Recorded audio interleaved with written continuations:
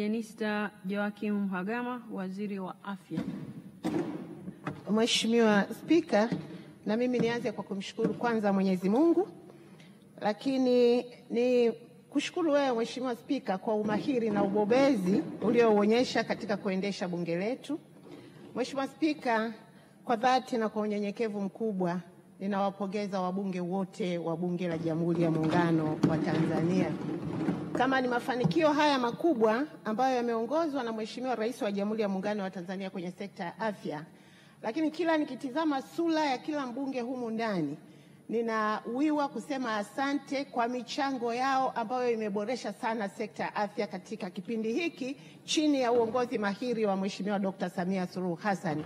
Asanteni sana waheshimiwa wabunge, na ninaomba waheshimiwa wabunge niwatakie kila la heri katika jambo letu zito linalokuja mbele yetu, na Mwenyezi Mungu aturudishe wote kwa kishindo ndani ya ukumbi huu tukiongozwa na wewe Mheshimiwa Spika wetu.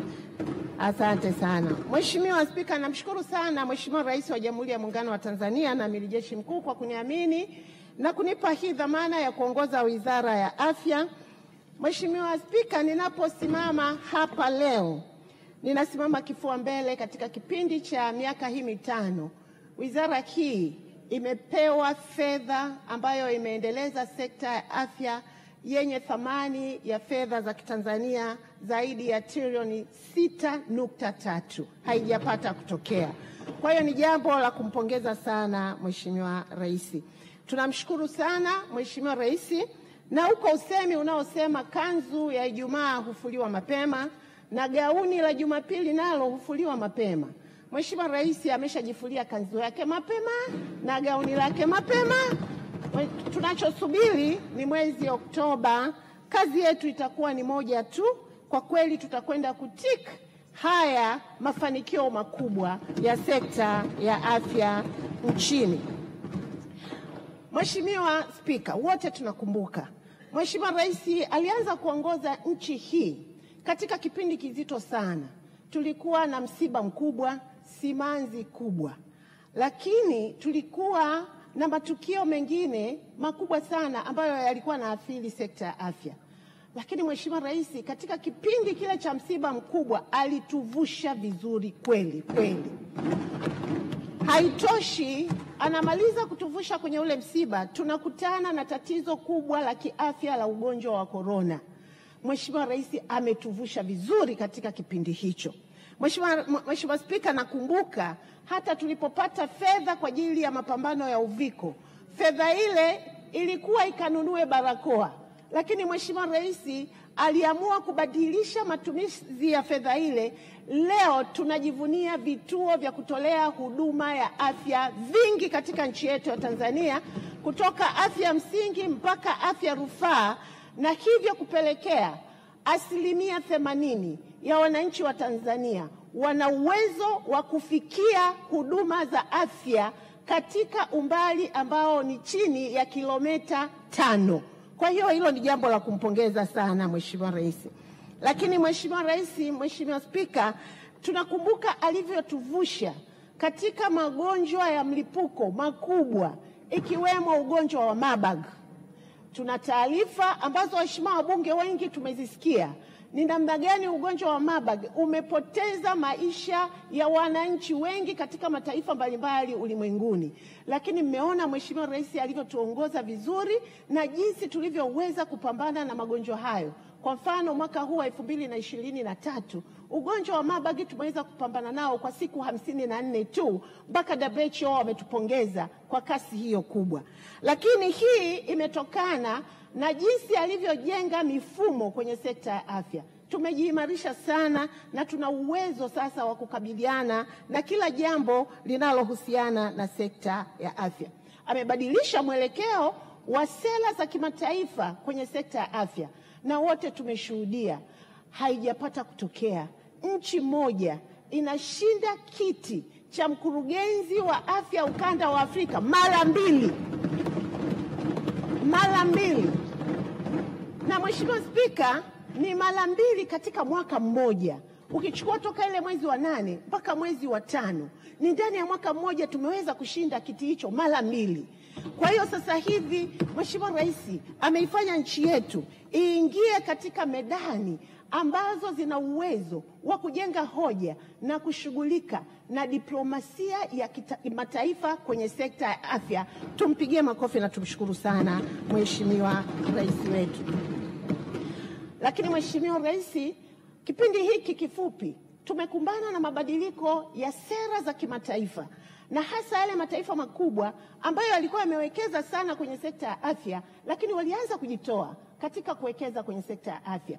Na eneo ambalo lilikuwa ni tatanishi sana ni eneo la kuweza kuhudumia magonjwa msonge yote, magonjwa yanayoambukiza, ukimwi, malaria, TB. Lakini Mheshimiwa Rais ni kati ya marais wachache na nchi chache, pamoja na mabadiliko ya sera hizo za kimataifa. Mheshimiwa Spika, naomba niwahakikishie wabunge, ametuongoza vizuri Mheshimiwa Rais, hatuna shida na tutavuka salama. Na hivyo basi matibabu kwa magonjwa hayo yote ikiwemo dawa na vitendanishi vyote tunavyo vya kututosheleza mpaka mwaka 2026.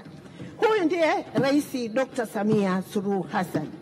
Mheshimiwa Spika, ukiwaangalia wanazuoni na ukuwasikiliza, mara zote wamekuwa wakisema unaweza kuwa na kiongozi, lakini unaweza ukampata kiongozi ndani ya viongozi akawa ni kiongozi bora. Mheshimiwa Rais Dr. Samia Suluhu Hassan sio kiongozi tu, lakini ni kiongozi bora, mzalendo, mwenye uwezo mkubwa wa kuiongoza nchi yetu ya Tanzania. Na ninasema hivi kwa sababu gani, Mheshimiwa Spika? Leo nitazungumza maeneo mawili tu kati ya vigezo hivyo vya wanazuoni vya kiongozi bora. Ya kwanza, kiongozi bora ni lazima alete mabadiliko makubwa katika eneo analoongoza. Dr. Samia amefanya hivyo kwenye sekta ya afya. Lakini kiongozi bora ni lazima ajenge maono ya wapi anataka kupeleka taifa lake ama eneo lake analoliongoza. Mheshimiwa Spika, kwa mara ya kwanza Tanzania imeweka historia ulimwenguni kwa kupunguza vifo vya kina mama kwa 80%. Tumetoka vifo 556, tumefika vifo 104 kwa kila vizazi hai 100,000. Na hiyo imepelekea hata wenzetu wa kimataifa kuja kutupa tuzo. Bill Gates wamekuja kutupa tuzo, wamempa rais tuzo, tena ndani ya nchi yetu ya Tanzania haijawahi kutokea. Mheshimiwa Spika, leo nchi yetu ya Tanzania ni kati ya nchi 46 katika bara la Afrika ambazo zina MR machine, na nchi yetu sisi inashika nafasi ya 8 kati ya nchi za Afrika kwa kuwa na mashine za MRI. Lakini Mheshimiwa Spika, ziko nchi hazina hiyo mashine, zina zero kabisa, lakini Tanzania haimo. Sisi Tanzania tumeweza kufanikiwa sana. Lakini nilisema wakati wa hotuba tuna PET scan machine, na ni kati ya nchi 2 tu ndani ya bara la Afrika ndio tuna nchi 2 katika East Africa ndio tuna PET scan machine. Kwa hiyo ni hatua kubwa sana ambayo imefikiwa, tumpongeze rais wetu. Lakini Mheshimiwa Rais ameongeza madaktari bingwa na wabobezi kutoka 2180, sasa hivi tunao 4980 katika nchi yetu, na hivyo kupunguza utegemezi wa madaktari bingwa kutoka katika mataifa mengine. Lakini Mheshimiwa Spika, naomba niwaambie ndugu zangu waheshimiwa wabunge kwamba yajayo yanafurahisha zaidi. Mheshimiwa Rais amejipanga sasa, huko tunakwenda kuanzisha kituo kikubwa cha umahiri Afrika Mashariki kitakachotoa matibabu ya magonjwa ya damu na upandikizaji wa uroto. Lakini tunaenda kuanzisha kituo kikubwa cha kimataifa, na sio kikubwa tu, chenye ubora wa hali ya juu kwenye ukanda wa nchi za kusini mwa bara la Afrika, kitakachokwenda kutoa matibabu ya figo, na tutajenga umahiri huo ndani ya nchi yetu na katika bara zima la Afrika. Tunaenda sasa kuanza kuzalisha ARVs hapa nchini Tanzania. Tunaenda kuzalisha bidhaa tiba za pamba hapa nchini Tanzania. Tunaenda kuzalisha rapid testing kits hapa nchini Tanzania.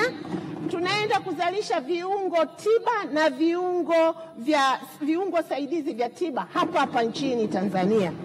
Mheshimiwa Spika, tunaenda kuanza kutekeleza bima ya afya kwa wote ili wananchi wote wa Tanzania wanufaike na huduma hizi.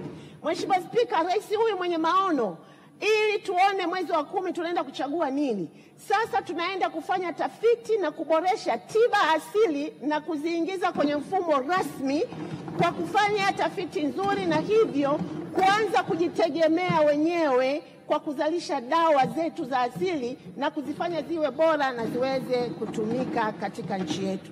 Tunakwenda kupambana na magonjwa yasiyoambukiza kwa kuzuia.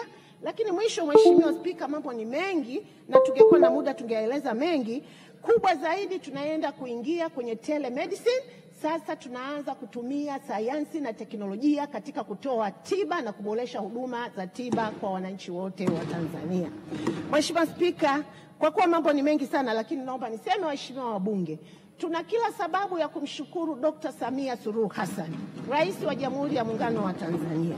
Tuna kila sababu ya kuwaeleza Watanzania umuhimu wa kuendelea kuwa na Dr. Samia Suluhu Hassan, na hasa kwenye sekta ya afya ambayo ni sekta yenye usalama kwa kila mwananchi kwenye nchi yetu. Mheshimiwa Spika, Dr. Samia amefanya kazi kubwa, anastahili kupongezwa na anastahili kupigiwa kura za kishindo mwaka huu wa 2025 mwezi Oktoba. Mheshimiwa Spika, ninakushukuru sana. Baada ya hayo, naomba niseme na mimi naunga mkono hoja na ninawapongeza mawaziri waliotoa hoja hii hapa bungeni, na kupongeza wewe pia kwa kuendesha bunge letu sawa sawa. Mheshimiwa Spika, nakushukuru sana.